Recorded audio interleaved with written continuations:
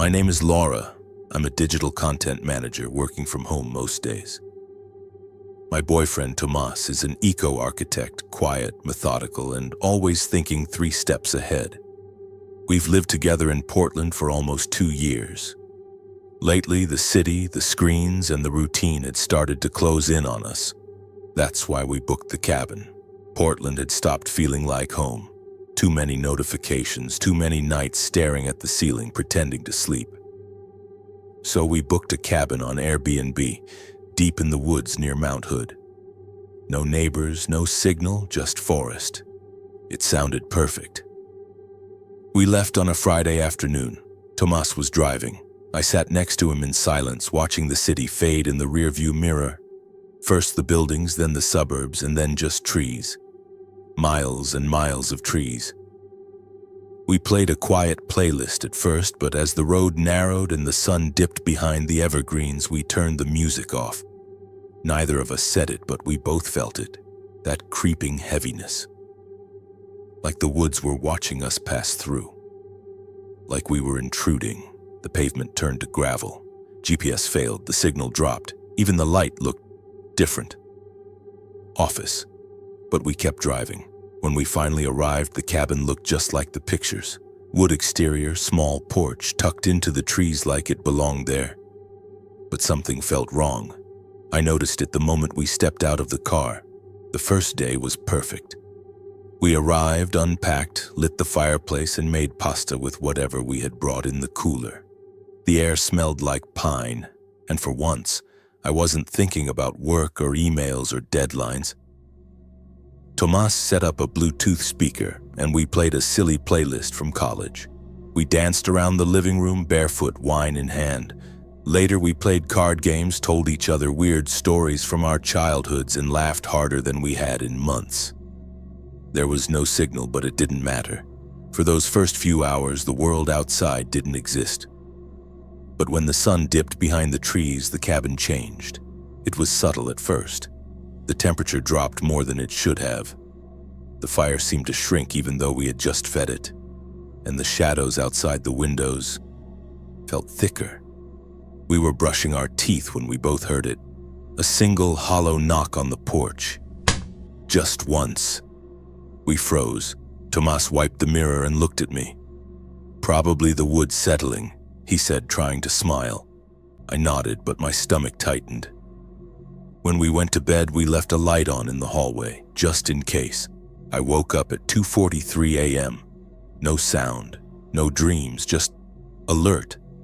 Like something had pulled me out of sleep. At first I thought maybe Tomas had moved, but he was breathing steadily beside me, sound asleep. Then I heard it, above us. Faint but distinct. Footsteps, slow, measured, like someone walking on the roof. I held my breath and waited, counting the steps. They moved from one end of the cabin to the other, then stopped right above our bedroom. I gently nudged Tomas. He blinked, confused. "There's someone on the roof," I whispered. He sat up slowly, listening. Another step, another. He got out of bed quietly and walked to the window, looked up. Nothing. Then he checked the front door. Locked. "It's probably animals, Laura. A raccoon, maybe a deer?" I didn't respond, because I didn't believe it. Something felt off. Not just the sound, the air felt wrong. And just before we turned off the light again, I thought I saw it. A shape, in the woods, not moving, not hiding, just watching. I didn't sleep after that. Tomas tried to, but even he gave up after a while. We lay in bed staring at the ceiling, waiting for the next sound. And then it came. 3 knocks. Slow, deliberate, at the back door. We both sat up. Tomas grabbed the flashlight from the nightstand and walked toward the kitchen. I followed close behind, heartbeat in my throat. He aimed the beam toward the glass. Nothing. He opened the door. Still nothing. But the woods felt closer, like they had crept a few feet forward while we weren't looking. We locked everything again, closed every curtain, turned on the hallway light, and just as we were about to sit back down, the light flickered, twice, then went out. The flashlight dimmed too. For a second, it was pitch black. And in that second, I swear I heard it. A whisper right next to my ear. We didn't speak, not after the whisper. We just stood there in the dark, breathing too fast, clutching the flashlight like it could save us. Then came the sound. From upstairs, inside the cabin. Not footsteps this time. Something dragging. We looked at each other. Neither of us had gone up since we arrived. He grabbed the keys. I grabbed my shoes. We didn't even pack anything. We reached the door and froze. There were figures outside, at least 5, maybe more. Standing just beyond the porch, perfectly still, faces hidden in shadows. They didn't move, but they were closer than before. Much closer. Tomas backed away slowly. I reached for my phone again. No signal. And then we heard the creak behind us. From the top of the stairs, we turned around. Someone was standing at the top, or something. It didn't speak. It didn't move, but I swear it smiled. We backed into the living room, never taking our eyes off the staircase. The figure at the top never moved, but I could feel it watching, measuring. Outside, the others stepped onto the porch, still silent, still slow, like they were performing a dance only they understood. Tomas looked at me. His face was pale, jaw clenched. I think this is a ritual. What kind of ritual? I don't know, but they haven't touched us. They're just surrounding, watching. We crept toward the back door. It was still open from earlier. As we stepped outside, the cold hit like a wall. Fog clung to the trees, dense and unmoving. We moved fast but quiet, sticking close to the edge of the trees. The figures didn't follow, but they turned to watch. All of them. When we reached the car, the windshield was covered in a thin layer of frost. Tomas got in, shaking. The keys, the engine. It started. I didn't look back until we were moving. That's when I saw it. They had formed a perfect circle around the cabin, still silent, watching. They never chased us, they never spoke, but they wanted us to see. And we did. We drove back that same night. Straight from the forest to the city. No stops, no music. Just the road and our breathing, shallow and fast.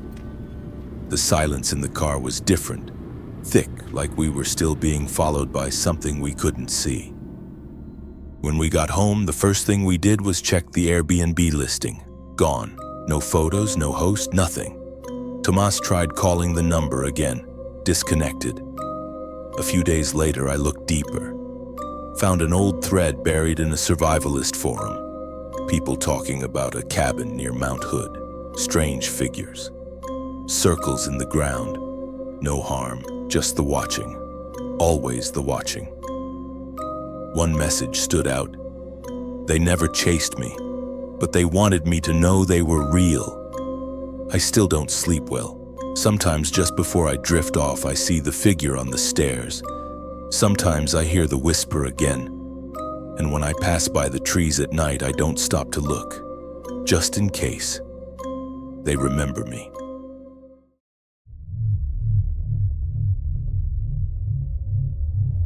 My name is Julian. I'm 42 years old, a civil engineer. My wife, Camila, is a child psychologist.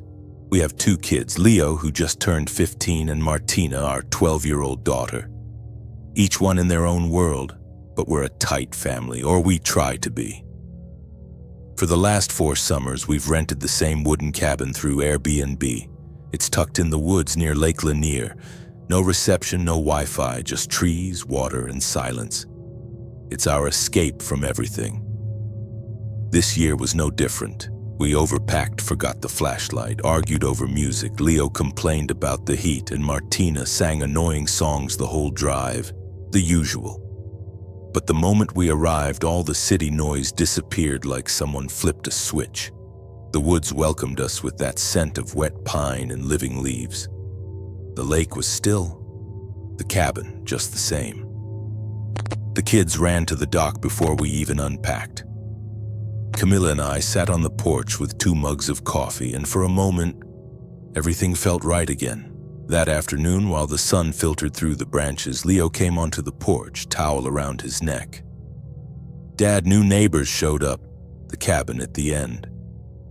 I stood and looked. Through the trees we saw movement, a family, 4 people, a bit too far to make out details. What are they like? Camilla asked. They look kinda like us, but not exactly, Leo said. The dad's skinnier than you, long hair, the mom's super blonde. The boy looks about my age and the girl's probably Martina's. I leaned forward. The mom had almost white hair. The dad was tall, lanky, wearing a beanie despite the heat. The boy looked pale. The girl, I couldn't explain it. Something about her posture made me uncomfortable. She moved like she was copying her brother. We waved from the porch. They waved back, a slow, synchronized wave, no words. How curious, Camilla said softly. That night we had dinner outside, fire pit, cards, old jokes. We tried to ignore the other family just 20 meters away, eating in perfect silence, sitting in the same positions as us. Day 2 started like every summer before. Leo and Martina went exploring. Camilla made coffee. We had breakfast outside, surrounded by trees and that deep green quiet we love. Everything was normal until Martina came back early, quieter than usual. She sat on the edge of the porch staring at the ground. The girl from the other cabin, she was in the woods just watching me, didn't say anything. Did she talk to you? I asked. No, but when I moved she did too, like she was copying me. Leo came back later, not upset but serious. We shouldn't play with them, he said. That was all. We didn't push. Maybe they were just shy kids. Later I went to get firewood behind the cabin. I found tracks, small bare footprints, forming a near-perfect semicircle behind our house. That night, while watching a movie, the lights flickered out for a second. When they came back on, Leo stood still by the window. Dad. Their dad is outside, just standing there. I ran to look. Nothing. But on the glass there was a mark, not a hand, longer, like someone had pressed their forehead or their mouth against it. The next day we stayed close to the cabin, no lake, no exploring. Camilla and I tried to act calm, but the woods felt tighter, like they were listening. Camilla noticed it first. Hanging towels on the porch, she froze.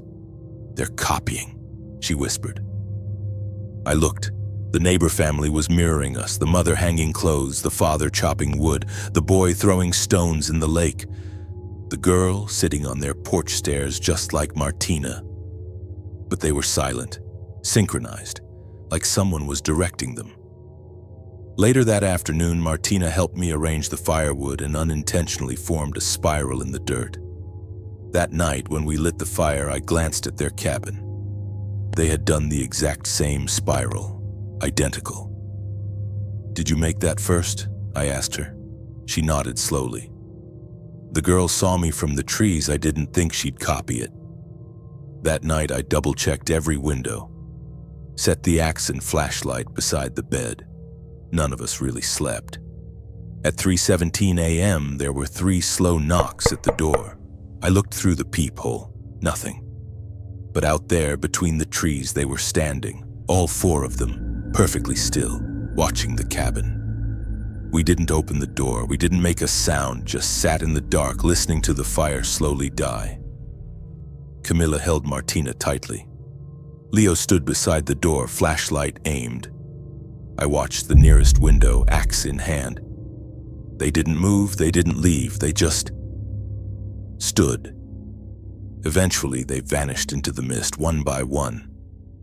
They're gone, Leo whispered. Martina shook her head. They're closer now. Just hiding. We gathered what we needed, backpacks, IDs, keys, no clothes, no luggage, just enough to get out. When I opened the door, the air was thick, icy. The forest didn't look the same, more crowded, more silent. We moved quickly, no flashlights. We didn't want to be seen. The car was untouched except for the rear window. A faint child's handprint, and below it, another spiral. I didn't wait. Started the engine and drove. In the mirror, I saw them, the four of them, standing in front of the cabin wearing our clothes. The first few days back were quiet, too quiet. Then things started shifting. Martina's brush showed up in Leo's backpack. A mug of hot coffee sat on the counter and no one had made it. Camilla heard the sink running at night. I started locking every door twice. Neighbors began asking strange things. I saw you last weekend. Weren't you leaving again? A coworker said he'd seen me in a gas station by the lake 2 days after we got home. Leo said his teacher asked why he was back so soon. He'd been marked present all week. A week later, Camilla found a note tucked inside an old phone book we hadn't touched in years. This house has space for 8 people, or 2 full families. No signature, no date. Just that. At night, we hear footsteps in the hallway. 4 extra sets. In the morning, there's always a second pot of coffee. We don't touch it. Sometimes I think they didn't follow us. They were already here, and now they're just waiting for the rest of us to leave.